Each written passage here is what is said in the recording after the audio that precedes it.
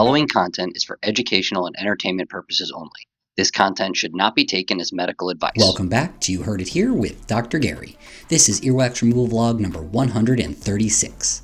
In today's episode, we're going to take a look at a patient who clearly used Q-tips, admitted to it, and came in for an emergency appointment because after using Q-tips, their ear was very painful and they couldn't hear anything. As we look down this patient's ear, we see nothing but a solid wall of wax. We have no view of the eardrum.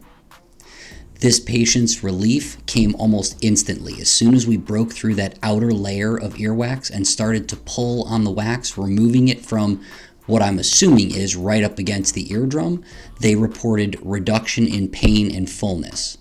It wasn't until we really broke through all of the wax and got a view of the eardrum that they reported better hearing, however. If you like these wax removal videos, please take a moment to like and subscribe. It really does help with the YouTube algorithm and really does keep me motivated to put out this educational and entertainment content. You can see that huge chunk as it comes out of the ear, and now we're starting to see a little bit of the top of the eardrum. We're going to continue to use the curette to get behind this wax and coax it out of the ear canal, again, very gently, but it gives us a great view of what's back there.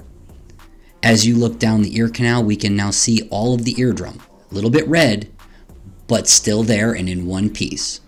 This has been You Heard It Here with Dr. Gary. Thank you for watching. We'll see you in the next video.